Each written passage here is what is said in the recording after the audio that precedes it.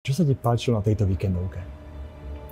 Na tejto víkendovke sa mi páčilo, že som sa mohol úplne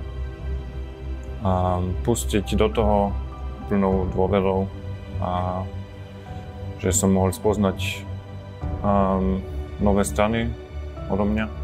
Super. Že je všetko možné a že je to aj možné so veľa istotou a kľudom. No, bolo to super. Perfektne. Čo je to za dôvody, prečo by si odporúčil túto víkendovku ostatným ľuďom ako si ty?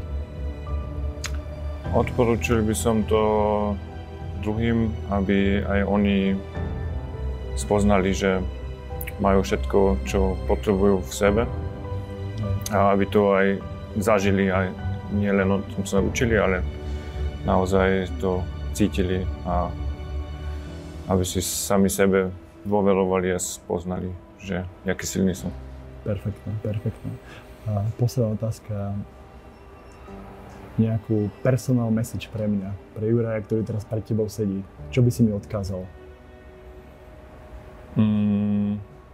Rob ďalej.